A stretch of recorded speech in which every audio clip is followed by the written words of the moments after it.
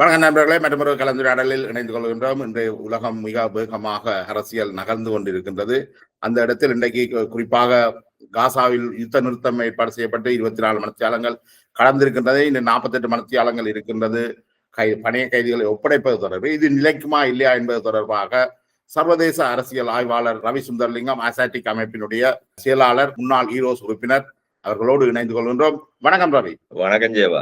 இப்ப என்னன்னா, இந்த காசா பிரச்சனை ட்ரம்புக்கு வந்த சமாதான நோபல் பரிசு கொஞ்சம் தட்டி கொண்டு போயிட்டுது. என்னாலும் ட்ரம்புடைய ஆக்களுக்கு தான் அந்த பரிசு கொடுக்கப்பட்டிருக்குது. இப்ப இந்த காசா பிரச்சனை நிலைக்குமா? இது என்னடால் பல்வேறு கருத்துக்கள் வருது. இது பணைய கைதிகள் ஒப்படைக்கப்பட்டதோட இது முடிவுக்கு வந்துவிடும் என்றெல்லாம் சொல்லப்படுது. உங்களுடைய கணிப்பீடு எப்படி இருக்கின்றது? முதலாவது நிலைக்கும் என்றதுல எனக்கு ஒரு நம்பிக்கை இருக்கு.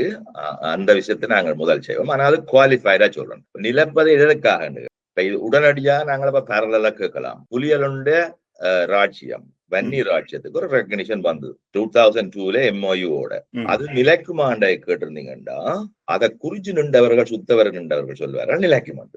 ஏன் 24 கண்ட்ரிகள் தங்களோட ஒப்சர்வர்ஸ் அனுப்பினார்கள். அது ஒரு முக்கியமான விஷயம். நாங்கள் அதை அவதானிக்கிறது குறைவு. அப்ப இன்டர்நேஷனல் ரெகக்னிஷன் என்று சொன்னால் எங்களுக்கு இன்டர்நேஷனல் ரெகக்னிஷன் இருந்தது. அது லீகல் டாக்குமெண்ட். இது நான் நெடுலும் 10 தரம் சொல்லிட்டேன். நான் அதன் கவனிக்கிறேன் இல்லை, ஒரு நாள் வேறும் அது. ஆனா இங்கேயும் அதே மாதிரி சிச்சுவேஷன் தான். ஆனா ஸ்ரீலங்கால என்ன நடந்தது? அதை அப்படியே உடைச்சு தள்ளினார். அப்ப அதுக்கு ஒத்தாசையாக சுத்த இருந்த இந்தியா போச்சு. அதாவது இந்த லீகல் டாக்குமெண்ட்டை நாங்கள் விட முடியாது என்றது சுத்தாடல் இருக்கிறதுக்கு தேவை இருந்தது. இதை நாங்கள் இன்சிஸ்ட் பண்ண மாட்டோம். லீகல் டாக்குமெண்டாக இந்தியாவுக்கு கஷ்டம். அப்ப இந்தியா என்ன செய்யுது? காஷ்மீரை உடைச்சு 2-3 துண்டாக்கி ஒவ்வொரு பக்கத்துல இருக்க ஸ்டேட்டோட நினைச்சிட்டு இப்ப இன்றைக்கு காஷ்மீர் என்றது ஒரு சின்ன துண்டா போய்விட்டது. இப்ப நீங்கள் அவளுக்கு ஒரு ஸ்டேட் இருக்கான்னு கேட்டீங்கன்னா நீங்க சொல்லலாம் இருக்குண்டு. இது என்ன மாதிரி இருக்கும்டா, கடைசியில் எல்லாத்தையும் விட்டு இலங்கையில ஸ்டேட் இருக்குன்னு சொன்னா அந்த வன்னியை சுத்தி கொஞ்சம் இடத்தை வச்சுக்கொண்டு நீங்கள் வானியா இருந்து கிளிநொச்சி மட்டும் போற மாதிரி இருக்கு. யாழ்ப்பாணம் கூட இப்ப இந்த மாதிரியான பின்னணி இருக்கான்றதுதான் நாங்கள் இப்ப கேட்கவும். நீங்க அதுல முதல் சொன்னீங்க அந்த 24 நாடுகள் சேர்ந்து அந்த இணைத்தலைமை நாடுகளை சொல்றீங்களா நினைக்கிறேன். எல்லாம் சேர்ந்து இருந்துதான் இந்த MOU சைன் பண்ணப்பட்டது. நிச்சயமா இந்த வெறுமனே இந்தியா தான் உடைச்சதா அல்லது இந்த இணைத்தலைமை நாடுகளும் சேர்ந்துதான் அதோட சேர்ந்து உடைச்சது? எல்லாம் சேர்ந்து உடைச்சது. யார் முன்னின்று நடத்துறது, யார் அதை பெர்சுவேட் பண்றது, என்ன காரணத்துக்காக மற்றவை அதோட இணைஞ்சு போனதுதான் முக்கியம். இன்றைக்கு காசா விடுத்தோம்னா சுத்தாடல் இருக்கிறார்கள் சத்தத்தை காணையில, சுத்தத்தை காணையில நாங்கள் நடுவில் கொத்தி கொண்டு வாரோம். ஈரானை தவிர மற்றவர்களும் பெருசா கத்துன மாதிரி தெரியல. இப்ப நாங்கள் கேட்கிற கேள்வி எல்லாமே இந்த அரப்காரர் எல்லாம் சும்மா இருக்கிறாங்க ஒண்ணுச்சாங்க. இப்ப சுத்தாடல நீங்கள் இந்தியா மாதிரி பார்த்தீங்கன்னு சொன்னா அவைகள் முன்னெடுத்து செல்வார்களா? தங்களுக்கு பிடிச்ச விஷயங்கள் என்று கேட்டிருந்தா அது இணைப்பா உடைப்பா ஏற்றுக்கொள்றதா இல்லையா, 2 ஸ்டேட்டா 2 ஸ்டேட் இல்லையன்றது அவை ஓரளவுக்கு முன்னின்று நடத்தலாம். அதுன்ற விளைவுதான் நீங்க இன்றைக்கு பாக்குறீங்க ஓரளவுக்கு. இப்ப அவைகளின் உண்மையான நோக்கங்கள் என்னன்னு தெரியாது. பின்னணி எங்களுக்கு தெரியாது. அப்ப நீங்கள் ஊகங்கள்ல வச்சுக்கணும் சொல்லலாம். இப்ப ஊகங்கள் எடுத்தோம்னு சொன்னால் தான் நாங்களே பிரச்சனைக்கு வரப்போறோம். இதுதான் பிரச்சனை. அப்ப இப்ப இருக்கிற நிலைமையில என்ன நடக்குதுன்னு கேட்டீங்கன்னா இப்ப 2-3 விதத்துல நீங்க என்ன தளங்களா பார்க்கணும். அதாவது தட்டுகளை. ஒரு தட்டுல வேர்ல்ட் கான்ஃபரன்டேஷன், குளோபல் கான்ஃபரன்டேஷன் போய்கொண்டு, அதாவது ரீஅலைன்மெண்ட் ஆஃப் ஃபோர்ஸஸ் என்று சொல்லினோம். இந்திய ஆர்குமெண்ட் நெடுகாலம் இப்ப கனகாலமா சொல்லி கொண்டு வர்றது. நாங்கள் எதை பார்த்தாலும் யூரேஷியா என்ற பிறந்த கான்டினென்ட்டுக்குள்ள, கண்டத்துக்குள்ள பார்க்கணும்.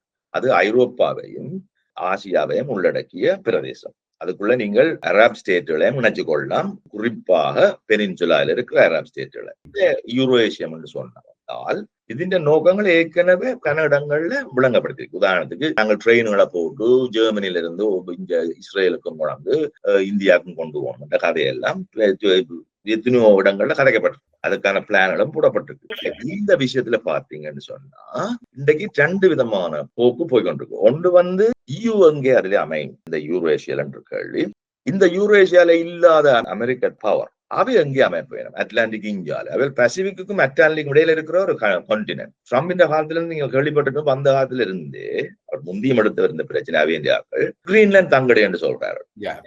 கிரீன்லாந்து தங்கள்னு சொல்லிக்கு அவ என்ன சொல்லினோம் என்று சொன்னால் நாங்கள் அட்லாண்டிக் பவர் சொல்லினோம். நாங்கள் நோர்த் அட்லாண்டிக் இல்ல, நாங்கள் இங்க இருக்கோம். கனடாவும் தங்கடை என்று சொல்லி இப்ப சொல்ல வழி கிடைக்கிற எங்களுக்கும் ஐரோப்பாவுக்கும் தொடர்பு இருக்குன்னு சொல்லி, அதாவது இடைவெளி இல்லை என்றதை அவை உண்மையா செய்ய வலிக்கிறோம்ன்றது முக்கியம் இல்லை. அதனுடைய பிரின்சிபலை அத்திவாரமா போட வலிக்கிறோம் புதிய உறவுகளுக்கு. அந்த உறவுகளை வச்சுக்கொண்டு EU என்ன செய்யும் என்று கேட்கிறது பெரிய கேள்வி. இப்ப EUக்கு இப்ப இருக்கிற நிலைமையில இந்திய ஆர்குமெண்ட் அது நான் கட்டுரையா மொழி போனான். அமெரிக்கா பொறுத்தவரை 2 பவரைத்தான் தனக்கு இணையா பார்க்குது, ஜாரியாக. இணையன்னு சொல்லிக்க ஈக்குவல் அல்ல, ஜாரி தன்னோட போடக்கூடிய சைனா முதலாவது, 2வது ரஷ்யா.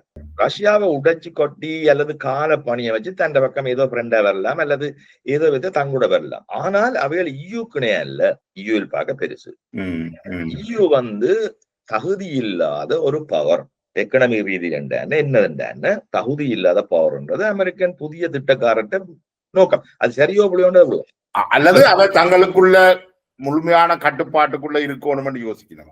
அவைகளை பொறுத்தவரை நீங்கள் எங்களுடைய இப்ப ஈரோ ஏசியாண்டு வந்து என்றால் நீங்கள் எங்க இருக்க போறீங்கன்னு கேட்டால் நீங்கள் அட்லாண்டிக் நீங்கள் சும்மா சொல்லியா நான் நேட்டோல இருக்கிறேன். சிஜி நாங்கள் அமெரிக்கன் கண்டத்துல இருக்கிறோம், இந்த மாதிரி புது கண்டத்தை உருவாக்கிட்டா கிரீன்லாண்ட் ஐடியா மண்டேல தான். அப்ப நீங்கள் இயூன்றது குறிப்பாக நோக்கி யூரோப்பை தான் அவங்க கதைக்கிறாங்க. அதாவது ரஷ்யாவுக்கு அண்டிய நாடு, அதுதான் அவங்கள ஈரோ ஏசியாவோட இணைக்கும். மற்றும்படி பெரிய இடம் இருக்கு, அவங்க தண்டவாழ்ல வேலை செய்யலாம். சவுதர்ன் யூரோப் ஒரு காலம் அமெரிக்காவோட பெரிய பிரச்சனை இல்லை. இத்தாலியா இருந்தானே, ஸ்பெயினா இருந்தானே, அந்த ஸ்பானிஷ் சிவில் போக்கு பிறகு பெரிய பிரச்சனை இல்லை. அவையில ஒரு சும்மா அப்படியே போய் கொண்டிருக்கும், பெரிய எதிர்ப்பும் இல்லை, சார்பும் இல்லை. இப்ப இது கண்டெஸ்ட். அப்ப இந்த விதத்துல அமெரிக்காவின் திட்டம் சைனாவை என்ன மாதிரி ஹேண்டில் பண்றதுக்கு தாங்கள் முதல் கனகன நங்கூரங்களை போட வேணும். இந்த விதத்துல போயிருக்க இயூவியலை சேலஞ்ச் பண்ண வேண்டிய வருது அமெரிக்கான்ற திட்டத்தை. இல்லாட்டால் அவைகளுக்கு இடம் இல்லை. அவைகள் ஒன்றில் ரஷ்யாவுக்கு கீழே போகணும், அல்லது ரஷ்யா சைனா இந்தியா உறவுக்கு கீழே போகணும், அல்லது அமெரிக்காவுக்கு கீழே போகணும். இப்ப கிட்டத்தட்ட இவங்க இந்த ஐரோப்பிய ஒன்றியம் உருவானது அமெரிக்கா ஒரு பிரச்சனையா பாக்குது, அல்ல தனக்கு ஒரு நிச்சயமா ஒரு பிரச்சனையா பாக்குது. நிச்சயமா இப்ப அமெரிக்காவுக்கு எதிரில்லை என்று சொன்னால் நீங்கள் அந்த கரன்சியை, யூரோ கரன்சியை ஒரு ப்ரொஜெக்டா எடுத்து ஜெர்மன் நின்று முன்னின்று நடத்தியிருக்க முடியாது. அதுல இருந்து இங்கிலாந்து கூட வாபஸ் பற்றி மற்றவே அதுல ஒரு ப்ரொஜெக்டா இருந்து செய்தார்கள். பிரான்சின் அணுக்குண்ட ப்ரொஜெக்டா பார்த்தார்கள். பிரான்ஸ் மக்ரோன் சொன்னார், இந்த பிரச்சனை உடங்க உங்களுக்கு தெரியுமா, நேட்டோ பிரச்சனை உடங்க நாங்கள் நேட்டோவுக்கு அணுப்பலந்தர தயார் ரஷ்யாவுக்கு எதிராக பாதுகாப்பு. இப்ப அவர் நினைக்கிறாண்டா அமெரிக்காவுக்கு தான் ஈடுண்டு, அதுக்கு நக்கலா அமெரிக்கா பாடியும் போட்டு நீங்க வச்சுங்க. இப்ப அண்மையில கூட ட்ரம்ப் நீங்க கவனிச்சுங்களே தெரியாது, யுக்ரைன் பிரச்சனை ஒரு கொமெண்ட் சொல்லிக்க நீங்கள் பிளேனை சுட்டு விழுத்துங்க, நீங்க சுட்டு விழுத்துங்க. அப்ப இவ எங்களுக்கு பிரசன்ட் பண்ணது ஏதோ அமெரிக்கா பெர்மிஷன் தந்தாண்டு சுட்டு விழுத்தினீங்களோ ஏதாவது இல்ல. அவன் என்ன சொல்றாண்டா, நாங்கள் இல்லாம நீங்க சுட்டு விழுத்தீரா, அவ சுட்டு விழுத்தினா அப்புறம் அதுக்கான பேக்கப் வராது பிறகு. முதல் இல்ல, அது மட்டும் இல்ல, அவளுக்கு இன்டெலிஜென்ஸ் இல்ல. இப்ப முழுக்க அந்த நெட்வொர்க், இந்த ஜிபிஎஸ் நெட்வொர்க் முழுக்க தான் அவைய கையில தான் இவ பாருங்க. இவங்க மிசில அடிச்சு போட்டு மிசில திருப்பி விட்டா அவனும் செய்யல. அவங்க லொக் பண்றாங்க மிசைல்களை ரஷ்யாக்காரர். அப்ப சில உடல அவங்களோட மெஷினை அடிச்ச மிசைல திருப்பி அனுப்பி விட்டாங்க.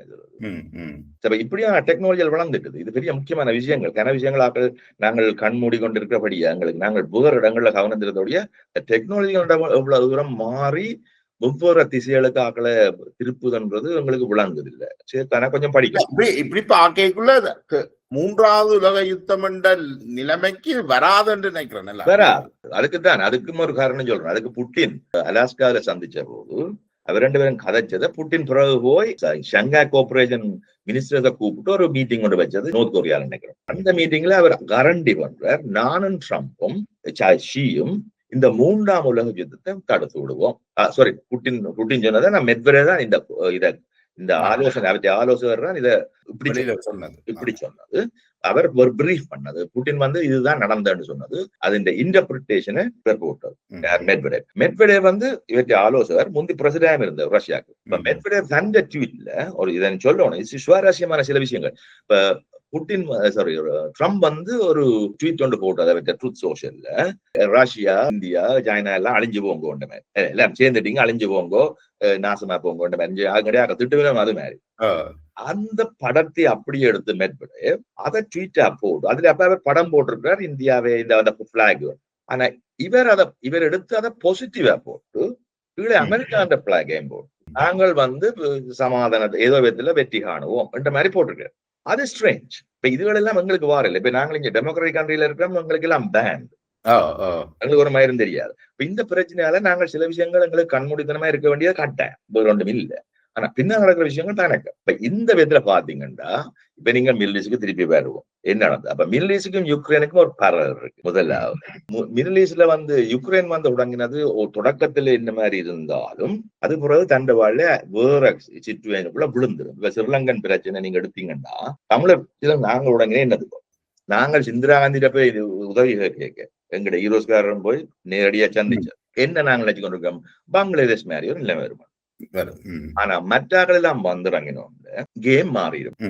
இப்ப கேம் மாறினோடனே பிறகு உங்களோட கொண்ட்ரோல் எவ்வளவு, மற்றவன் கொண்ட்ரோல் அடிப்படைதான் முக்கியமே ஒழிய நாங்கள் அதுல முக்கியம் இல்லை. இதே மாதிரி பிரச்சனை நீங்க பாத்தீங்கன்னா யுக்ரைன் பிரச்சனை எடுத்தீங்கன்னா தொடக்கத்துல அது நேட்டோன்ற பிரச்சனையாகவும் ரஷ்யாண்ட வலயங்கள்ல அவையோட பாதுகாப்பு குறிச்சதாக இருந்தது. அதாவது எங்களுடைய போர்டருக்கு கிட்ட நீங்கள் நியூக்ளியர் பாம் வச்சிருக்க இயலாது என்றதுக்கு எதிராகத்தான் ரஷ்யா உண்மையா அது. அப்ப அதை மின்ஸ்க் அக்ரிமெண்ட் அண்மையில மக்கள் சொல்லுது. அதை மீறினபடியே தான் இந்த பிரச்சனை தொடங்க மேற்கள் சொல்லுது. அஞ்சல மக்கள் வேலை கிளியரா சொல்லுது, இவையாலதான் சாண்டோடங்க. ஆனா எங்களுக்கு செய்யற புரோபகண்டா வேற மாதிரி. ஆனா உண்மை எடுத்துக்கோ அப்படியே பின்பக்கம் போய் கொண்டு போனீங்கன்னா கணக்க சொல்ல அமெரிக்கா அண்டருக்கே விலகிச்சு. எப்ப ட்ரம்ப் வந்ததோ உண்மையில முதல் தரம் வரைக்கும் அமெரிக்கா சொல்ல தொடங்கிது, இவேண்டியாக்கள் நாங்கள் ஒதுக்கு இணை இல்லை, ஒதுக்கு சரியில்லை, அதுக்காக ரஷ்யாவுக்கு இன்னும் கீழே தள்ளணும்ன்றதுல எங்களுக்கு விருப்பம். எங்களுக்கு இணையாக ஒரு தரம் வேண்டாம், இணையா வந்தா நாங்கள் பாக்குறோம் வேற வழி. ஆனா எங்களை எடுத்துக்கொண்டு நீங்கள் உங்களுக்காக பாதிக்கலாம். இந்த நிலைமையை நாங்கள் கட் பண்ண போறோம். எந்த நிலைமையை கொண்டவுடனே அந்த ஜாரி தன்மை முதல்ல தொடங்குது. அப்ப யூன்றது அமெரிக்காவுக்கு எதிரான ப்ராஜெக்ட் தான், அதுல ஒரு அமைச்சம் இல்லை. அமெரிக்கா சேலஞ்ச் பண்றது, நான் சொல்லல எதிர ஆடி வர்றேன், போக விடாம எடுத்து வச்சுக்கிறது தன்னுடைய நிரந்தரமாக, அதனால பெனிஃபிட்டை சம்பாதிச்சு கொள்றது. அமெரிக்கா தனித்து செயற்பட இயலாத நிலைமையும் கொண்டாடு. அதுதான் இதை துண்டிக்கிறான் முதலாவது நோக்கம் அமெரிக்கா. அப்ப இது செய்ய தொடங்கின உடனே நீங்கள் இப்ப இந்த கேமை நீங்கள் என்னன்னு வேற விதத்தை தடுக்கிறேன்னு தான் பாப்பீங்க. இதுல இஸ்ரேல் அமெரிக்கா பாவிக்குதா யூரோப்பியன் யூனியனுக்கு எதிராக? ரெண்டு பேரும் பாய், இதுதான் அந்த பிரச்சனை. அப்ப இப்ப பிரச்சனைன்னு சொன்னா ரெண்டு பேரும் அந்த ஏரியாவில் இப்ப அமெரிக்காவுக்கு நீங்கள் ஞாபகம் இருக்கோ தெரியாது, ஒபாமா சொல்லிச்சது தங்களுக்கு உலகம் எல்லாம் பெரிய பிரச்சனை இல்ல, பசிபிக் தான் எங்களை முக்கியம். பசிபிக்க நாங்கள் செக்யூர்ன்றான். இப்ப என்ன நடக்குது, பசிபிக்ல நீங்கள் அடிபடுறீங்களா சைனாவோட? இல்ல, நீங்கள் மிடில் ஈஸ்ட்லாம் இப்ப கான்சென்ட்ரேட் பண்றீங்க.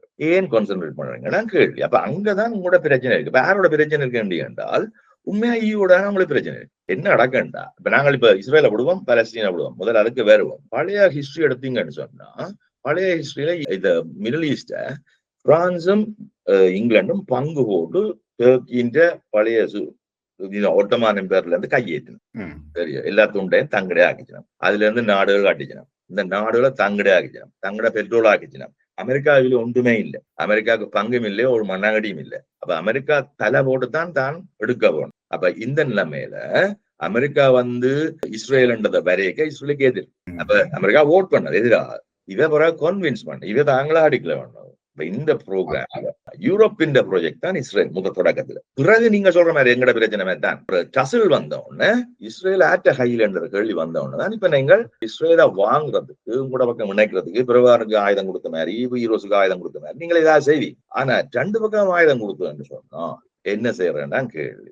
இந்த பிரச்சனைல இஸ்ரேலுக்காரங்க தங்களை பாவிச்சு செய்தாங்க. இதை பாவிச்சு இப்ப புலி செய்த மாதிரி நாங்கள் இந்தியாவையும் பாய்ப்போம், இஸ்ரேலையும் பாய்ப்போம், நினைச்சு கொண்டு மோட்டதுனா போறது. அவங்களுக்கு தெரியும் தங்களோட விஸ்தரிப்பு எவ்வளவு வேண்டும் அவங்களுக்கு தெரியும். அவங்க மொக்கர இல்ல, எங்களை மாதிரி போய் மோட்டதுனா தாளே இல்லை. அவங்க தங்களோட நிலைமை வந்தவங்க தங்களுக்கு தேவையான என்னன்னு கோரா பாக்குறாங்க. இஸ்ரேல்காரோ அவங்களுக்கு கோர் வேல்யூ இருக்கு, என்னத்தை எடுக்க பண்ண மாட்டேன். அவங்கள்ட கண் எங்க இருக்கு, உண்மையாண்டா காசால ஒரு துண்டுல கண் இருக்கு, என்ன பொக்கடிங்கண்டா காசால ஒரு துண்டு இருக்கு, அவங்களுக்கு கண் பெரிய எல்லாம் இல்ல, ஒரு துண்டு இருந்தா காணும் அவங்களுக்கு. சரியா, ரெண்டாவது they want to have Golan ஹைட்ஸையும் அதை சுத்தி மேல போக அவங்களுக்கு விருப்பம். கொஞ்சம் அதை பிடிச்சு வச்சுக்கிறாங்க. ஏன் தண்ணி, அந்த தண்ணி இப்ப அவங்களுக்கு கரண்டி பண்ணுது, அது ஜோர்டானுக்கு போற தண்ணியை இப்ப அவங்க எல்லாம் கண்ட்ரோல் பண்றாங்க. 2 வாட்டர் டேங்க் கேப்பேஜ் பண்ணி வச்சுக்கிறாங்க புதுசு. இப்ப 2 மடம் மாதிரி சொல்லுவாங்க, அது மாதிரி பெரிய மடங்கு. அது உள்ளுக்கு போயிட்டாங்க. உள்ளுக்கு போய் 2 மாதிரி. ஏன் இங்க சிரியா வீக், அடிபடுற பலம் இல்ல.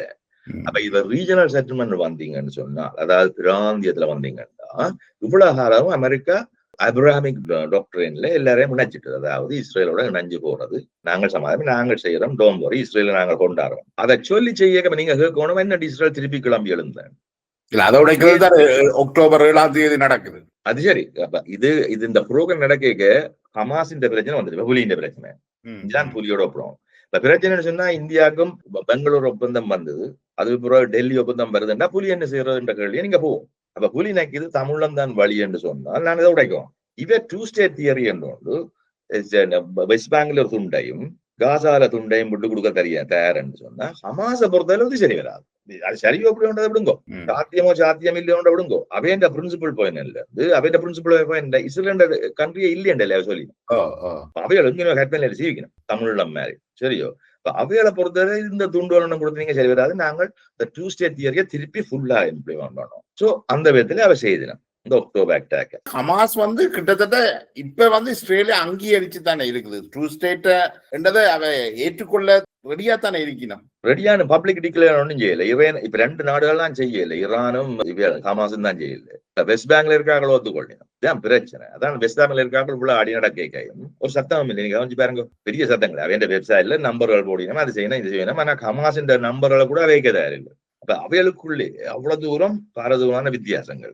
இதுக்கு காரணம் அங்க பின்னால இருக்கிற அரபு ஸ்டேட்டுகள், அதான் அப்ரஹாமிக் அக்கோர்டு இல்ல, இவ எல்லாரும் எடுத்து கொண்டு போறோம். இதை குழப்பறதுக்கு முக்கியமா விரும்புற ஆக்கள் யாருன்ற எந்த கேள்வி. அப்ப இப்ப கொண்டு வந்த சமாதான ஒப்பந்தத்தை குழப்பறதை பற்றி சொல்றீங்க இல்ல? முதல் அந்த ஏப்ராமிக் அக்கோர்ட்ல எல்லா அரபுகளும் இஸ்ரேலை ரெகனைஸ் பண்ணிக்கொண்டு இஸ்ரேலோட ஃப்ரெண்ட்லியா போப்போம். அப்ப போனால் அமெரிக்காவுக்கு அதுல வெற்றி. அப்ப யார தடுக்க வலிக்கணும்? சீனா ஏற்கனவே அவர்கள் எல்லாரோடையும் உறவு போட்டு வச்சிருக்கு. சேம் செக்யூரிட்டி ஒப்பந்தம். அமெரிக்கா கூட செக்யூரிட்டி ஒப்பந்தம் இல்ல, ட்ரூப்ஸ் வச்சிருக்கிறதுக்கு ஒப்பந்தம் இருக்கு, ஆனா செக்யூரிட்டி ஒப்பந்தம் இல்ல. செக்யூரிட்டி ஒப்பந்தம் எல்லா நாட்டோட, சவுதி அரேபியாவோட ஒரு டென்டேட்டிவ் அக்ரிமெண்ட் சைனாவுக்கு இருக்கு. அப்ப நீங்க கேட்கணும், என்னோட சைனா இருக்கத்தக்கதா அப்ரஹாமிக் கொண்ட இயக்கம் நடக்க முடியும். அப்ப அது சைனா ஒத்துவசோட நடக்குது. இன்றைக்கு நீங்க பாருங்க, ட்ரம்பின் ப்ரொபோசல் சைனா ஒப்ஜெக்ட் பண்ணல, சப்போர்ட் பண்ணும். இதுதான் அந்த பாயிண்ட். ஒப்ஜெக்ட் பண்ண இல்ல, சப்போர்ட் பண்றாரு. அவர் சொல்றாரு பலஸ்தீன மக்களை அகற்றியலான். அவ்வளவு எங்க இருந்து அகற்றியலான்னு சொல்லல, சில இடங்கள்ல இருந்து அகற்றலாம் தானே, அது பிரச்சனை இல்லை. பாருங்க சரி, இதெல்லாம் பிரச்சனை. ஏன் ரஷ்யாவில அங்க நீங்கள் சப்போர்ட் பண்றீங்க, அங்க இருந்து ஜனத்தை அப்புறப்படுத்த தானே போறீங்க. இந்த பிரச்சனைகள் வேற பிரச்சனை. பிரின்சிபிளுக்கு வந்தவனால் அவைகள் அமெரிக்காவுக்கும் சைனாவுக்கும் இடையில ஏதோ விதத்துல ஒரு அண்டர்ஸ்டாண்டிங் இருக்கு. ரஷ்யாக்காரன் இருந்து பெரிய சத்தங்கள் ஒன்றுமே இல்லை.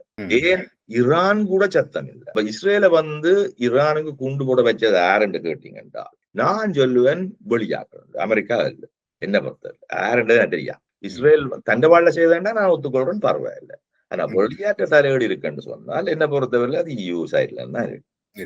ஏனென்று சொன்னால் நீங்கள் இப்ப இஸ்ரேல் தூந்து கொண்டு போகுது. அதாவது அவைகளுக்கு இந்த கேமிலே அமெரிக்காவை என்னென்று வெளிப்படுத்துற வெளியாக்கி கொண்டாடுறது, இவளை அப்புறப்படுத்துறது அல்லது அவைகளுக்கு கஷ்டம் கொடுக்குறதுன்ற நோக்கம். யூரோப்பியன் யூனியன் பலஸ்தீனத்தை அங்கீகரிச்ச என்ற ஒரு அறிக்கை அது இப்ப என்ன நடந்தது? பலஸ்தீன அங்கீகரிச்சோம்னா உங்களோட 24 இடங்களுக்கு தமிழ் இடத்தை அங்கீகரிச்ச மாதிரி தான். நீங்கள் என்ன செய்யறீங்கன்னா சுட்டி காட்டுறீங்க தென்னாலிரான் மாதிரி, இதுக்குள்ள நாங்கள் எடுத்து களவெடுத்து ஒழிக்க இல்லையாண்டு. அப்ப இப்ப அமெரிக்கா எக்ஸ்போஸ்ட். அப்ப அமெரிக்கா இப்ப ஏதாவது செய்ய வேணும்.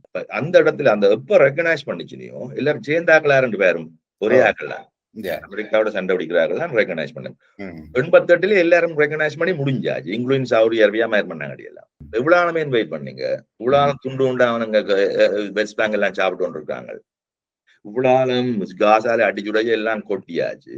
பின்ன உங்களுக்கு கண் தெரிய இல்லையா இப்ப செய்யணும்? ஏன் இப்ப செய்யறீங்க? 2 வருஷத்துக்கு பிறகு தண்ணி கொடுக்கறதே தாடியன்னு சொன்ன ஸ்டாமார் இன்றைக்கு சாப்பாடு இல்லைன்னு அழுகுறாரு.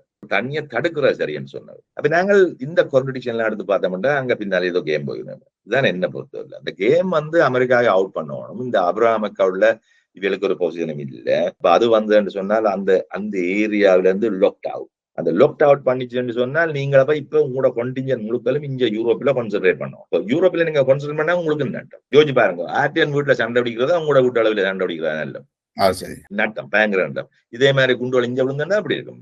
அதான் யுக்ரைன் பாவங்களா வேறக்காக சண்டை பிடிக்கிறதால வேற பிரச்சனை. எங்களுக்கு நாங்கள் படிச்சாங்க சண்டை எப்போ ஆயிருக்கோ போயிருக்க நீங்கள் அதுல இருந்து விட்டுருவோம். எங்களுக்கு அது விளங்கையில நாங்கள் என்னண்டா சண்டை எங்கட கையில இருந்து வெளிக்கிட்டோம்னு நாங்கள் இன்னும் வெற்றி அதை திருப்பி அந்த சண்டை விளங்கையில எங்களுக்கு அது விளங்கையில அந்த சண்டையை நாங்கள் மீட்டுலாம்னு நாங்கள் நினைச்சு கொண்டிருக்கோம். அது செய்ய முடியாது. அந்த முதல் இந்திரா காந்தியின் விஷயம் வரைக்குள்ள நீங்க சொன்னீங்க இந்திரா காந்திக்கு ஒரு பாலிசி இருந்தது, நாங்கள் பங்களாதேஷ் மாதிரி பிரியலான. இது இந்திரா காந்தியின் இறப்பால தான் அது நடக்கலையா? இது இப்ப இந்திரா காந்தி செஞ்சிருக்காட்டி அதை நோக்கி போயிருக்குமா அல்லது இல்லையா? சொல்லல. அது இப்ப நாங்க சில விஷயங்கள் இப்ப இருதுரு அரசியல் முறியறதை பற்றி இந்திரா காந்தி ஆன்டிசிபேட் பண்ணிருக்கீங்களா? பின்னால் எவ்வளவு ரிப்போர்ட் வந்திருந்தாலும் மிக்கால் கோபச்சோவ் நிச்சயமா அனுப்பியிருப்பார். நிலைமைகள் மாறிக்கொண்டு போகுது, எங்கட உறவுகள் பரிசீலிக்க வேணும், புது உறவுகளை நாங்கள் எழுத வேணும். அப்ப இது புது நாங்கள் நாங்கள் முந்தி மாதிரி கம்யூனிஸ்ட் பார்ட்டி ஸ்டேட்டா இருக்க முடியாது. அப்படி அப்ப கேபிட்டலிஸ்ட் ஸ்டேட்டா மாறிக்க உங்களோட உறவுகள் என்ன மாதிரி இருக்க முடியாது நீங்க யோசிக்கணும். பின்னால நிச்சயமா கொமெண்ட்கள் வந்து கொண்டு இருக்கும். இன்டெலிஜென்ஸ் சர்வீஸ் மட்டும் இல்ல, அதே இந்த சர்க்கிள்களுக்குள்ள, அதாவது பாலிசி டிஸ்கஷன் நடக்கும் தானே சவுத் பிளாக், அதுகளுக்கு கட்டாயம் தெரியும். ஏன்னா அதை பற்றி நான் தெரியுமா காய்ச்சிருக்கணும். விடுதலை புலிகளின் ஒரு தரப்பினர் என்ன சொல்ல பார்க்கணும் என்றால், இந்திரா காந்தி தமிழீழத்தை பிரிச்சு தர்றதாக அவருக்கு ஒரு எண்ணம் இருந்ததாகவும், ஆனால் அமுதலிங்கம் அவர்களோட கதைக்கைக்குள்ள அவன் வந்து சொன்னா, எங்களுக்கு வடக்குல மட்டுமில்ல தெற்குலையும் தமிழ் மக்கள் இருக்கிறோம், எங்களுக்கு தமிழீழம் என்று தனியே தேவையில்லை, எங்களுக்கு ஒரு சுயாட்சி தான் தேவை என்று கேட்டதாக சொல்லப்படுது. அது அந்த வாய்ப்பு இருந்தது. அப்படி ஒரு வாய்ப்பு நிச்சயமா இருந்தது. இந்திரா காந்தி இருக்க இருந்தது. அமுதலிங்கத்தின் பொசிஷன் அவையன்ற பொசிஷனை நீங்கள் நியாயப்படுத்தி, நாங்கள் எல்லாரும் நியாயப்படுத்தியிருந்தா, அது இயக்கங்கள் எல்லாரும் தனியா புரிய மட்டும் சொல்லப்படாது. அதை நாங்கள் நியாயப்படுத்த ஈரோடு பங்கு என்ற நாங்கள் இப்ப நியாயப்படுத்தலே என்னன்னு நிறுவுறதுன்றது. அமுதலிங்கத்தின் பாலிசியை நீங்கள் தெந்தட்டா பாத்தீங்கன்னா, சரி தமிழ் மக்கள் எங்கேயும் இருக்க வேணும், அவளுக்கு ஒரு பிரதேசம் வேணும், அந்த பிரதேசத்துல அவளை அடிச்சா திரும்பி வர்றதுக்கு இடம் வேணும், அதை எடுப்போம். சும்மா சிம்பிளா காய்ச்சமெண்டா இல்ல தமிழீழம் வேண்டாம் இது காணமென்றது. அதான் தமிழம் வேண்டாம், அடிச்சா திரும்பி வர்றதுக்கு எங்க சொல்றதுக்கு ஒரு வீடு வேணும். எங்க இருந்தா விடுதலை புலிகள் வந்து அதைத்தான் ஒரு பெரிய விஷயமா என்ன தமிழீழம் தர வந்தத இல்ல அப்படி இல்ல. இந்தியாவின் பாலிசிகள் வந்து தமிழீழம் தர வந்தது போய் எங்களுக்கு ட்ரெயினிங் தரக்கே கிளியரா சொல்லப்பட்டது. தனிநாடு கேட்கறீங்கன்னா உங்களுக்கு பிரச்சனை, அது கிளியர், அதுல ஒரு விதமான அமைச்சம் இல்லை. அது இந்திரா காந்தி ஆக்களும் சொல்லப்பட்டது. இப்ப நீங்க நவரத்னம் இருக்கா, இப்ப எனக்கு கேட்டு பாருங்க, அவரும் போய் குந்தி வந்தவர் அந்த மீட்டிங்ல தானும் போகணும்னா அவரை ஃபண்ட் பண்ண அந்த டைம் போறதுக்கு பின்னால மீட்டிங். இப்ப இது பிரைவேட்டான அந்த மீட்டிங், எங்களுக்கு அங்க ஒரு பார்ட்டி ஆர்கனைஸ், எங்கேயும் நீங்க உங்களுக்கு தெரியும் பார்ட்டி ஆர்கனைஸ் பண்றாங்களே இருக்கணும், பார்ட்டி ஆர்கனைஸ் பண்றாங்க. நீங்க இப்ப இந்த பெரிய பார்ட்டி ஆர்கனைஸ் பண்றவர் இப்ப அமெரிக்காவில ஆப்பிட்டு இப்ப குற்றவாளியா போயிட்டார் வின்ஸ்டீனோ அவரோட போனாங்க எல்லாம் கம்பிக்காரர், அந்தக்காரர், இந்தக்காரர், எல்லா விதமான செக்ஷுவல் பெர்வர்ட்ஸ் ட்ரம்ப் இன்க்ளூடட் எல்லாரும் இருக்கணும் தானே. அதுல கணக்கு கஷ்டப்படணும். அவைகள் இந்த பார்ட்டி ஆர்கனைஸ் பண்ற இருக்கணும், அதிகாரிகளுக்கும் ஆசைப்படுறாங்களுக்கும் இடையில இருக்கிற தொடர்பாளிகள். அப்படி ஒரு ஆள் ஆர்கனைஸ் பண்ண அந்த பார்ட்டி, ஒரு மேடம் ஒரு ஆள் அங்க இருக்கு, அவர் ஆர்கனைஸ் பண்ண அந்த பார்ட்டிக்கு எல்லாரும் போய் சந்திச்ச ஹீரோஸ் பார்ட்டியும் போனார். அதுல இப்ப அவரோட இன்னும் உயிரோட இருக்காரு. சோ அவர் அந்த எங்களுக்கு போறதுக்கு ஃபண்ட் பண்ணது அவர் முக்கியமான ஆள். சோ அங்க போய்க்க இப்ப ஃபண்ட் பண்றாரு கட்டாயம் போகணும். ஃபண்ட் பண்றாரு கட்டாயம் போகணும். சோ அந்த இடத்துல போகணும். அப்ப நீங்க வேணுமெண்டா இந்த கதையில விசாரிப்போம் என்ன காய்ச்சாண்டு அவர் தன்னும் கணக்கே இல்லை. ஆனா மற்றாக்கள் காய்ச்சது அதை பற்றி அப்புறம் கட்டுரை எழுதி சொல்லி தான் இதுதான் நடந்ததுன்னு சொல்லி தான் பேர்ல தமிழ் டைம்ஸ்ல நாங்கள் இது பப்ளிஷ் பண்ணோம். அப்ப இதுகள் வந்து எங்களுக்கு தெரியும். சில விஷயங்கள் நான் வெளியில சொல்ல ஒழிக்கிறேன் கொஞ்சம் கொஞ்சமா, சில விஷயங்கள் தேவை ஆக்களை தெரியாது, பின்ன நான் என்ன செய்தது என்ன நடந்தது தெரியாது. ஆனால் இது தேவையான இடத்துல தேவையான டைம்ல சொல்லுவோம். முக்கியமான விஷயம் என்ன சொன்னா இந்திரா காந்தி அப்படி சொல்லு, இந்திரா காந்தி அப்படி சொல்ல முடியாது. என்னதான் நடக்கிற சிச்சுவேஷன் மாறிக்கொண்டு போயிருக்க முதலே புறமிசல் சொல்ல முடியாது. ஒரு அரசியல்வாதியும் செய்ய மாட்டான், செய்யறது மடத்தனம். அதனால பின்னால இருக்கிற ஆலோசகர் வேறு என்னவோ எல்லாம் சொல்லி கொண்டிருக்கீங்க, நீங்கள் திடமாண்டு சொன்னீங்கடா அப்புறம் அவையிட்ட போய் கேட்டா அம்மா நீங்க செய்யுங்க. இதுதான் நேருன்ற மர்மனு கிடந்தது. அருண் நேரு வந்து அடியாபடியாண்டு எங்களோட சண்டை பிடிச்சு வந்த பிரச்சனை வரலாம். பாகிஸ்தானுக்கு பலத்தை குறைக்க வேண்டிய தேவை இந்தியாவுக்கு இருந்தது. இலங்கையை பொறுத்தளவுக்கு ஸ்ரீமாவுண்ட காலத்துல ஸ்ரீமாவும் இந்திரா காந்தியும் நல்ல நெருக்கமானவர்களாக நிச்சயமா. மற்றது வந்து அமெரிக்கா இப்ப என்னதான் சொல்லலாம், இலங்கை தீவு வந்து அந்த பாக் ஸ்ட்ரைட் வந்து நீங்கள் அங்கால சிங்கப்பூர் போய் மலகா ஸ்ட்ரைட் எல்லாம் போயிங்க வெளிநாடுகள் எல்லாருக்கும் போறது. ஆப்பிரிக்காவுக்கே முக்கியம். நீங்கள் ஆப்பிரிக்கா பலமில்லாத நாடா நீங்கள் காணிக்கலாம். ஆனா ஆப்பிரிக்கால இருந்து குரல் வரும், நீங்கள் ஸ்ரீலங்காவில குழப்படி பண்ணாங்க உங்களுக்கு நட்டம். அதை கேட்கறதும் கேட்காதும் உங்களோட தேவை பொறுத்தது. ஏன்னா அவர் பலம் இல்ல. இன்றைக்கு நீங்க கேட்க முடியல. சவுத் ஆப்பிரிக்காண்ட குரலையோ கென்யாண்ட குரலையோ நீங்கள் கேட்க அப்படிங்கன்னா உங்களுக்கு பயங்கர நட்டம். சரியோ, அது நடக்காது. அமெரிக்காவும் கேட்கும், எல்லாரும் கேட்கணும். சரியோ, அப்ப கிட்டத்தட்ட இஸ்ரேல வந்து பணிய வச்சது ஒரு உலகளாவிய ரீதியில பணிய வச்சதுல சவுத் ஆப்பிரிக்காவுக்கு மிக முக்கியம், பெரிய ரோல். அப்ப இதுல வந்து ஆக்களுக்கு விளங்குல, ஆப்பிரிக்கான ரோல் வந்து விளங்குது இல்லையா ஆக்களுக்கு. அது எவ்வளவு தூரம் வளர்ச்சி ஆண்டுட்டு தண்டு. நாங்கள் இதுல கொஞ்சம் கதைக்க போகணும் என்றால் ஆக்கள் இன்னும் கண்மூடித்தனமா அமெரிக்கா, சைனா, இந்தியான்னு காய்ச்சி இருக்காங்க. துரதிருஷ்டவசமா எங்களுடைய ஆக்கள் இன்னும் ஆப்பிரிக்காண்டா காப்பிலி என்றும் ஆப்பிரிக்கர்களை திருமணம் செய்யறதுக்கு எதிரான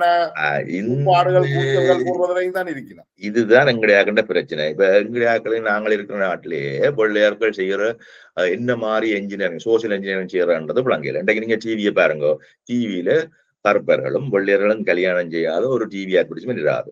எல்லாத்துலயும் ஒரு ஆள் கருப்பண்ணா மற்ற வெள்ளை, 90% வேணும்னு செய்யறாங்க. என்னத்துக்கு நீங்க கல்யாணம் செய்யறோம்னு சொல்றாங்களா? இல்ல, கல்யாணம் செய்யறோம் நல்லது, பரவாயில்ல, உங்களோட வாட்டை செய்யுங்கன்றாங்க. ஏன் நீங்கள் அதோட விளைவை பாக்குறீங்க?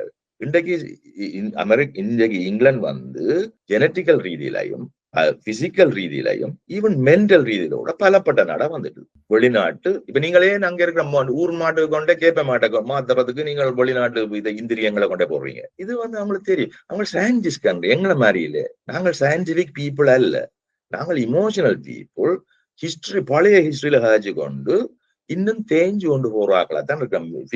பொலிட்டிக்ஸையும் வந்து இன்றைக்கு எங்கட பொலிட்டிக்ஸ் வந்து இன்றைக்கும் ஒரு எமோஷனல் பொலிட்டிக்ஸா தானே இருக்கு. இன்னும் நாங்கள் கடந்த காலத்துல இருந்து எதையும் கற்றுக்கொள்ளையிலோன்னு தானே கற்றுக்கொள்ள இல்ல. அது ஒரு அமிச்சாரம் இல்லை. இப்ப நீங்கள் பாத்தீங்கன்னா இப்ப எங்கட சாதிகளை நாங்கள் ஏன் மாறி கல்யாணம் செய்யணும்? எங்கட சாதிகளுக்கு மாறி கல்யாணம் செய்தாலே நாங்கள் எங்கட ஜெனட்டிக்கல் ஸ்டாக் பெருசா வந்துடும், ஸ்ட்ராங்கா வந்துடும். நீங்கள் மரமுறவனை கல்யாணம் செய்தீங்கன்னா உங்களோட பிள்ளைகள் சிரம வரமென்று சொன்னீங்க இல்லையென்று சொன்னால் நீங்கள் மடைய உங்களுக்கு அந்த ஜெனட்டிக்கல் ஆகியமன் விளங்கியல் என்றால் வெள்ளையருக்கு அதை விளங்கி அவர்கிட்ட படிச்ச ஜெனட்டிக்ஸே உங்களுக்கு விளங்கியல்னா நான் என்ன செய்யறது? நீங்க சயின்ஸ் அவன்கிட்ட வாங்குறீங்க, ஆனா வீட்டு பிரச்சனை வந்தோடனே அதுக்கு கட்டுப்பாட நீங்க போடுறீங்க உங்களுடைய அறிவில. அப்ப என்னது சயின்ஸுக்கு எங்க இடைவெளி? இதுல இல்லையே, தொடர்பு இல்லையே. உங்களோட முடிவுக்கும் சயின்ஸுக்கும் தொடர்பு இல்லையே. அப்ப நீங்கள் படிச்சேன்னு சொல்ற சயின்ஸு நீங்கள் செய்யற விஷயத்துக்கும் தொடர்பு இல்லையே. அப்ப இதுகள் வந்து எங்கட முடியுது. இல்லாட்டா விஜயன் இதுல போய் 90 சாவாங்களா 50 பேர். நாங்கள் முக்கியமான ஆக்கள் எழுதி போட்டு நோத்துல இருக்கிறவன் மோடிக்கு சப்போர்ட் பண்ணணும் மொக்கன் எழுதி போட்டு விஜயன் மீதிங்களை போய் 90 சாவீங்களோ நீங்க கேட்கணும். நாங்கள் எவ்வளவு முக்கியமான ஆக்கள் சொல்றோம், எங்களை பற்றி நாங்கள் புதன்றதுக்கும் புழுவுறதுக்கும் பிறகு நடவடிக்கை நாங்கள் காட்டுறதுக்கும் இடைவெளி பெருசு. அப்ப கருப்பறைவை குறைச்சு பார்க்க நாங்கள் குறைச்சு பார்க்கறது எங்கட சாதிகளை குறிச்சு பார்க்கறதுக்கும் ஒன்றுதான் காரணம். அதாவது பயம். தாங்கள் குறைஞ்சிடுவோம்ன்ற பயம். இப்ப நாங்கள் இந்த திருப்பியும் நாங்கள் காசாவுக்கு வந்தோம்டா. இந்த சமாதான ஒப்பந்தம், இப்ப இந்த ஒப்பந்தத்தை எனக்கு என்னமோ இது இலங்கையில நடந்த இலங்கை இந்திய ஒப்பந்தம் மாதிரியும் ஒன்று இருக்குது. என்ன இதுல பலஸ்தீன மக்கள் இந்த பேச்சுவார்த்தையில உள்ளடக்கப்படையில்லை. இஸ்ரேலும் அமெரிக்காவும் சேர்ந்துதான் செய்தது. அங்கேயும் இலங்கையும் இந்தியாவும் சேர்ந்துதான் அந்த ஒப்பந்தத்தை செய்தது. ஆனால் இப்ப இந்த ஹமாஸுக்கு இருக்கிற ஒரே ஒரு பலம் வந்து இந்த தங்களுடைய பணைய கைதிகள். இந்த பணைய கைதிகளையும் அவர்களுடைய அந்த இறந்து போனவர்களுடைய உடலையும் கொடுத்தால் ஹமாஸுக்கு அங்கே ஒரு பிடியும் இல்லையே. ஒப்பந்தத்துல பார்த்தோம்னா விடுதலை புலிகளுக்கு ஒரு பிடி ஒன்று இருந்தது, அவர்களையும் அதிகாரத்துல அமர்த்துறன்னு சொல்லப்பட்டது. சரி, இப்ப நாங்கள் இப்படி பார்ப்போம். இது சரி, நீங்க சொல்றதுல ஒரு பாயிண்ட் இருக்கு, அதுல ஒரு இளைய ஒன்று இருக்கு. அந்த இளையக்கு ஒரு முடிவு இருக்குது. என்ன பிரச்சனைன்னு சொன்னா, இலங்கை மாதிரி இலங்கையில என்ன நடந்ததுன்னு சொன்னால் எங்களுடைய ஆக்கள் எல்லாம் அடிச்சு கொண்டு உண்மையில புலிக்கு சப்போர்ட் இல்லை, நாங்க ஒத்துக்கொள்வோம். கிழக்கில அந்த சப்போர்ட் உடைஞ்சு போய் மக்கள்கிட்ட இருக்க இல்ல. அப்ப மக்களை கொண்டு பத்திரமாக ஸ்ரீலங்கன் ஆர்மி கேம்புகளுக்குள்ள அடைக்க வைக்கிறது இலகுவா போயிடுச்சு. இப்ப இதை நான் போய் ஒட்டின்னு பாக்குறது எங்கட முஸ்லீம் ஃப்ரெண்ட்ஸோட போய் நாங்கள் ட்ரிங்கோல பார்த்தோம். இந்த மாதிரி கேம்புகளுக்குள்ள அவர் மெயின்டைன் பண்ணாங்க. எம் கேம்ப் ஹேம்லெட்ல உருவாக்குறாங்க. இந்த என்கேம்ப்கள் எல்லாம் வந்த உடனே மக்கள் வந்து புலியல்ல இருக்கின்ற தேவை வாற்றி போயிடுது. முதலாவது புலியலோட இருக்க வேண்டிய தேவை. அப்ப புலியலை பிறகு நீங்கள் பிடிச்சு அடிக்கிறத சுகம். இப்ப நான் நேரடியாக நாட்கள் அதுல பங்கு வைக்க கூட பார்த்திருக்கேன். இந்த மாதிரி தாங்கள் தப்ப முடியாம கஷ்டப்பட்டாண்டு ஒன்றில் வன்னிக்கு குறிப்பா வன்னிக்கு விசுவாசம் இல்லாத ஆக்கள், விசுவாசமான ஆக்கள் என்ன மாதிரி தாங்கள் கஷ்டப்பட்டாண்டு அவைகள் கருணாக்களையும் கம்ப்ளைண்ட் பண்ணல. அவைகள் கம்ப்ளைண்ட் பண்ண முழுக்க ஆர்மியின் கேம்பெயின் கருணாக்களை பாவிச்சு கொண்டாரு. ஆனா ஆர்மியின் கேம்பெயின் சக்சஸ்ஃபுல். இப்ப இஞ்ச வந்து அப்படி இல்லை. இஞ்ச வந்து என்ன நடந்திருக்கா, ஹமாஸுக்கு பயங்கர வெற்றி என்னன்னு சொன்னால் மக்கள் அவர்களுக்கு எதிராக திரும்பி அவர்கள் என்ன மாதிரி அவர்களை இஸ்ரேலிக்காரர் உருவாக்கினார்களோ முந்தின அரசுக்கு எதிராக அது மாதிரி நடக்கல முதலாவது. அப்ப இன்றைக்கும் மக்கள் வந்து ஹமாஸுக்கு எதிராக திரும்ப இல்லைன்னு பெருசா திரும்ப இல்லை. அவளுக்கு இன்னும் கொண்டிஞ்சன்ஸ் அவ்வளவு கஷ்டத்துக்கு போன பிறகு அவளுக்கு ஒரு நிறுவனம் வந்திருக்கு என்னன்னு சொன்னா இந்த மக்கள் கடைசி மட்டும் போக தயார்.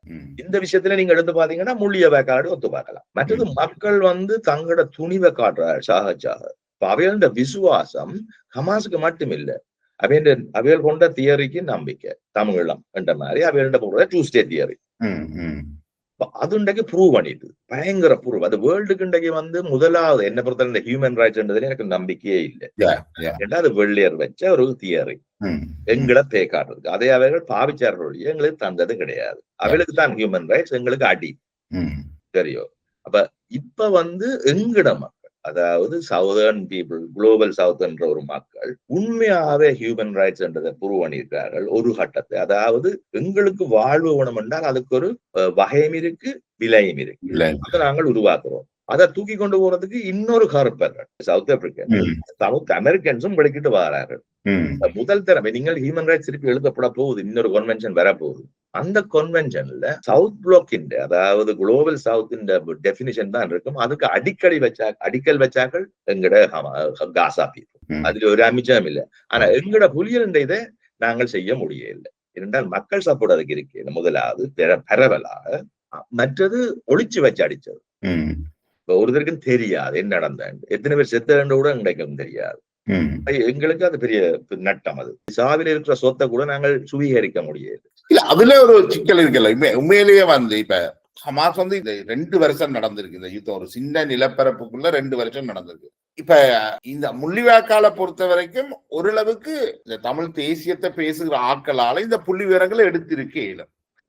அவர்கள் என்ன நினைக்கிறோம் என்றால், எங்களுடைய ஆக்கள் அந்த குவான்டிட்டியில தான் கூடுதலாக அக்கறை செலுத்தினார்களே ஒழிய அத குவாலிட்டியா செய்யலையோ ஒன்று உன்னிச்சு. அதுல ஒன்று அமிச்சம் இல்லை. இதுக்கு நான் உதாரணமே சொல்றேன். நாங்கள் அந்த நேரத்துல உங்களுக்கு தெரியும், லண்டன்ல இஎஸ்சி ஒன்று நடத்தினோம். இந்த இஎஸ்சிக்கு எங்களுடைய ஆர்முகம், ஈரோஸ் ஆர்முகம், கங்கா செக்ரட்டரி, நான் அசிஸ்டன்ட் செக்ரட்டரி. ஆனா அதுக்கு துண்டு பிரயோஜனம் எழுதுறதெல்லாம் நான் தான் பொறுப்பு. எப்பொழுதினாலும் அங்க நடக்கிற அட்டாக்ல 10 பேர் செத்தார் சொல்லுவாங்க, 5 கூட்டி போடாப்பான். ஏன் எங்களுக்கு நாங்க நினைக்கிறோம் சாவின் நம்பிக்கையால வெள்ளையர்கள் எந்த கவனத்தை ஈர்க்கலாம். அவங்களுக்கு கூட 5 பேர்ல நம்பிக்கை இல்லை, 10 பேர்ல நம்பிக்கை இல்லை, உங்களே ஒரு தடவை நம்பிக்கை இல்லை. ஆனா எங்களுக்கு அது விளங்கல. நாங்களே வெள்ளையல்ல மோகம் தானே. இப்ப வெள்ளைய மையமா வச்சுதானே உலகத்தை பாக்குறோம். அவையின் அன்பையும் ஆதரவையும் உதவியையும் வச்சுதானே உலகத்தை பாக்குறோம். அப்படிதான் கற்பரும் கீழே தெரியுது. இப்ப பிரச்சனை சொன்னா நாங்கள் கற்பருக்கு அப்பீல் பண்ண இல்ல, எங்கடையாக்களுக்கு அப்பீல் பண்ண இல்ல. யாருக்கு அப்பீல் பண்றோம்? வெள்ளையேற்ற சாதனத்துக்கு அப்பீல் பண்றோம். ஒடுக்கப்பட்ட சமூகங்களுக்கும் அப்பீல் பண்ண இல்ல. நாங்க ஒருத்தருக்கும் அப்பீல் பண்ண இல்ல. இங்க இருக்க வெள்ளையல் கஷ்டப்பட எங்களுடைய அமைப்பு வடிவம் கூட, எங்களை போராட்ட வடிவம் கூட கிட்டத்தட்ட ஒரு ஏகாதிபத்திய நலனை பாதுகாக்கிற ஒரு வடிவமா இருந்ததே ஒழிய ஹமாஸ் ஒரு ஏகாதிபத்திய எதிர்ப்பு தன்மை கொண்டு இருந்தது. அதுல ஒரு அமைச்சம் இல்ல. அதுதான் அங்க வெற்றி.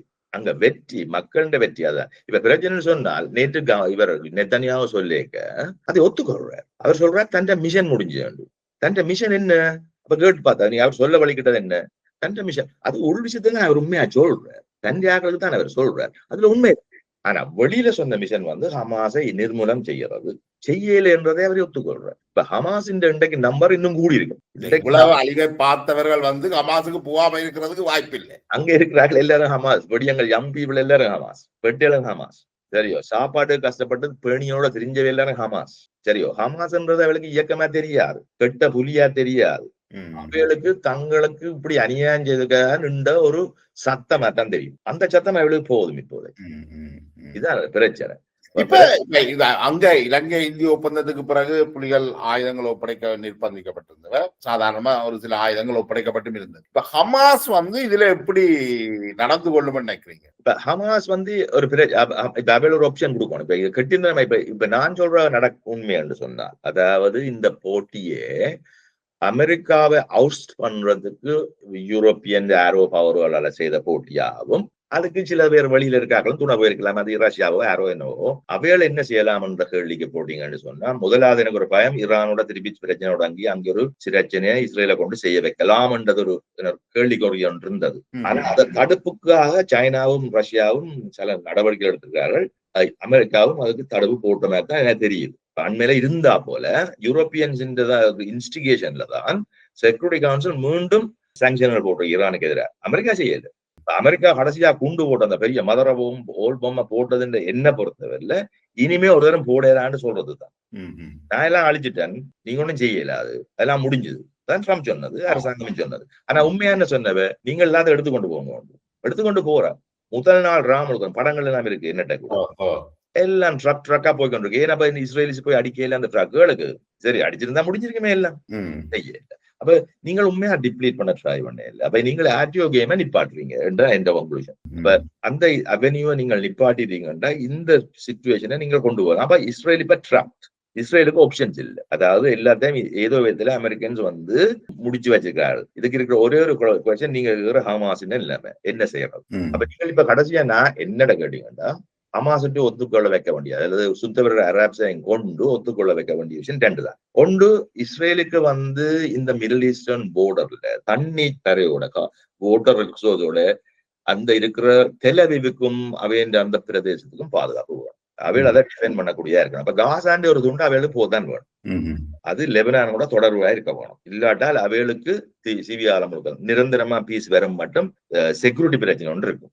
அதான செக்யூரிட்டி பிரச்சனை ஏதாச்சும் ஒன்று. அப்ப அந்த துண்டை கொடுத்துட்டீங்கடா ரைட், காலப்போக்கில் என்று பார்ப்போம். அப்ப அதுக்கு மாற்றீடாக இப்ப ஹமாஸ் என்ன கேட்கும்? ஹமாஸ் இப்ப ஹமாஸ் நான் எல்லாரையும் சேர்த்து தான் பார்க்கிறேன்.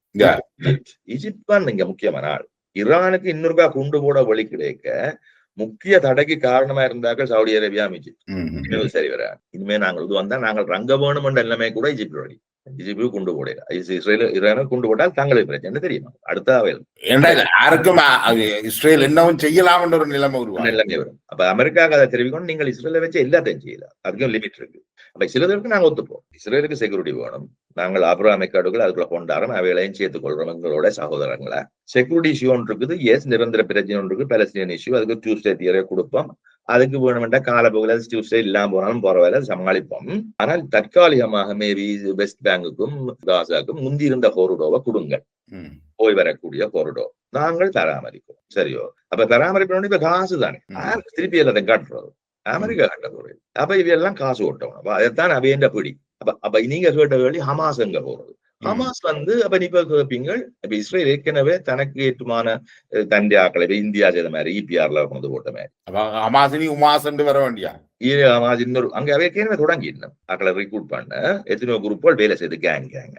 இந்த கேங்கள் உண்மையாவோ அங்காலையோ இஞ்சாலையோ யாருக்கு தான் தெரியும். சரியோ? காலப்போக்கில் இஞ்சால பெருசுன்னா இப்ப ஒன்று மாறிடும். சரி, அதை என்கரேஜ் பண்ணுங்க, நீங்கள் அவங்களோட போய் வேலை செய்யுங்க. அப்ப இப்ப கேள்வி என்ன சொன்னா, என்ன மாதிரி நீங்கள் ஒரு செக்யூரிட்டி போர்ஸுக்கு இன்டிகிரேட் பண்ணி ஒரு டெவலப்மெண்ட் ப்ரோக்ராமுக்குள்ள அவளை சேர்த்து கொண்டு போறதுதான் கேள்வி. இதுதான் அந்த கட்டித்தனம். இது பயங்கர கேள்வி. ஏண்டா இடைக்காலத்துல புலிகள் இன்றைக்கு இருக்கிற அண்டைக்கு அடிபட்ட புலிகள் இன்றைக்கு சாதாரண கதைக்கிறதுக்கு வர்றதுக்கு 20 வருஷம் எடுத்தது. புலி செத்தாகும், அது கதைக்க முடியாது. இப்ப கதைக்கணும். நீங்க சொன்ன அந்த பன்னி மாதிரியா எல்லாரும் இப்ப வந்து வலிக்கிட்டு வந்து கதைக்கணும். புத்துகளுக்காக வந்து கதைக்கலாம். இப்பவும் கதைக்க யோசிச்சுதான் செய்யணும், வேண்டாம் கேட்கணும். அதுக்கு பிறகு வர்றது. அப்ப ஹமாஸ்க்கு எவ்வளவு என்ன முடிக்க யோசிப்பாருங்க. அதை டைம் கொடுப்போம். அந்த காலத்தை பராமரிக்கிறான்னு இப்ப அமெரிக்கான கட்டித்தனம். அதுக்கு வழி சொல்லிட்டீங்கன்னு சொன்னால் உண்மையாகவே ட்ரம்புக்கு நீங்கள் நோபல் பிரைஸ் கொடுக்குற பிரச்சனை, நோபல் பிரைஸ்ல எனக்கு மரியாதை இல்லை, பெரிய பிரச்சனை இல்லை, கொடுங்க. ஏன்னா அது கட்டித்தனம். கேமா பாத்தீங்கன்னா இப்ப கடைசியா முடிவுக்கு வந்தோம்டா, இப்ப இருக்க சிச்சுவேஷன்ல ஹமாஸ் என்னத்துக்கு தொடங்கிச்சோ சண்டே, அதுல அவளுக்கு வெற்றி என்று அவர் சொன்னார். இந்த ரெகக்னிஷன் வந்த உடனே சரி, ஏன் அவர் அதை வெற்றி என்று சொல்லி அவர் என்னத்தை கன்சீட் பண்றாருண்டா, நீங்களும் அதை செய்யறதால எங்களை ட்ராப் பண்றீங்க, அமெரிக்காவின் கைதான் நாங்கள் இனிமே இயங்க வேணும், அமெரிக்கா சொல்லேக்க நீங்கள் இந்த உங்களோட ஸ்டேட்டை நீங்கள் ரெகனைஸ் பண்றதால நீங்கள் நினைக்கிற மாதிரி விஷயங்கள் நடக்காது, எங்களுக்கு ஆப்ஷன் இல்லாம செய்யறீங்கள், நாங்கள் அப்ப வேற வழி இல்லாமல் அமெரிக்காவோட தான் நாங்கள் இனி ஃபுல்லாக ஒழிக்கணும், உங்களோட இருக்கிற எல்லாத்தையும் துண்டிக்க வேண்டி வரப்போகுது. அப்ப ஈரோப்புக்குள்ள பிரச்சனை என்ன, நீங்க பலஸ்தீனிய ஸ்டேட்டை அங்கீகரிச்சதால அங்கீகரிக்காத அமெரிக்காவோட இவ தங்களோட உறவை வலுப்படுத்த பார்க்கணும். இங்கதான் பிரச்சனை. சோ அப்ப வேற வழி இல்லை அவளுக்கு. அப்ப இப்ப அவையோட ஆப்ஷன் இழந்தாக்களா போயிடணும். இனி அமெரிக்கா சொல்றதை செய்ய வேணும். அப்படி இல்லைன்னு சொன்னால் நீங்கள் சொல்ற மாதிரி வாழ்ந்த என்ன உடம்பே ஆட்டம் சொல்லி இங்கே அங்க என்ன வாராட்டு பேக்கதெல்லாம் சொல்லி இஸ்ரேலுக்கு குண்டு கொடுத்தார்கள் முழுக்கலும் ஜெர்மன்ஸ். அமெரிக்கா அங்க கொடுக்குது எஸ் என்றா அவங்க கொடுக்க வேணும். இவன் கொடுக்காவிட்ட பிரச்சனை, பெரிய பிரச்சனை. சோ இதுகள் வந்து ஆக்கள் விஷயம் தெரியும். அங்க பின்னால நடக்கிற டிஸ்கஷன் நீங்க பாத்தீங்கன்னா அமெரிக்கால அவங்க சொல்றாங்க இஸ்ரேலுக்கு நீங்க சப்போர்ட் பண்ணலன்னு தான் தங்களுக்கு பிரச்சனை. அது டிஸ்கஷன் போகும். வேண்டால் உங்களுக்கு தெரியாத அமெரிக்கால இருக்க சென்டர்ஸ்ல 3/4 பேரும் இஸ்ரேலி ஸ்பான்சர். அப்ப நீங்கள் அவைகளை நீங்கள் மாத்தி எடுக்க மாட்டோம், தன்னை மாத்த மாட்டோம். இந்த இஸ்ரேலுக்கு எதிராக கொஞ்சம் கொஞ்சமா இப்ப நீங்கள் பாத்தீங்கன்னா இஸ்ரேலுக்கு எதிரான கதைகளும் ஜூஸுக்கு எதிரான கதைகளையும் அங்க கிளப்பி விட்டாச்சு. இங்க ஆன்டிசெமிட்டிசம் சொல்லி நீங்க என்ன கதைக்கல, இஸ்ரேலுக்கு எதிராக கதைக்கலாம் ஆன்டிசெமிட் தெரியும். அப்ப அங்க வந்து இதா ஜூஸுக்கு எதிராக கதைக்கலாம். வீடியோக்கள் ஆட்டோமேட்டிக்கா போகுது, அங்க ஒரு தடை இல்லை. ரைட், இவ்வளவுக்கும் எல்லா கண்டிஞ்சன் எல்லா தளங்களும் ஏதோ வித ஜூயிஷ் ஆகும். அப்ப என்ன நடக்குன்னு கேட்கும். அப்ப உள்ளுக்குள்ள அங்க பிரச்சனைகள் போய்கொண்டிருக்கு. யாரோ அவுட் விட்டு நீங்க கதைங்க. இந்த சிச்சுவேஷன் அவே இந்த உள்நாட்டு விவகாரம் அது என்ன நடக்குன்னு தெரியாது. இங்க மெத்த மாதிரி இங்க கொண்டோல் எடுக்கிறதுக்கு ஸ்டாமர் எல்லாரையும் பிடிச்சு அடைப்ப முடியும். ஆனா அது கண்ட்ரோல் அவுட் விட்ட மேப் உடைஞ்சு போச்சு. இப்ப இன்றைக்கு இந்தியாவுக்கு போறதே ஸ்டாமர் என்னது போறோம்னு நீங்க கேட்டு பார்க்கணும். இதெல்லாம் பிரச்சனை. அப்ப இப்ப நாங்கள் ஓரளவுக்கு காய்ச்சிட்டோம் நினைக்கிறோம்.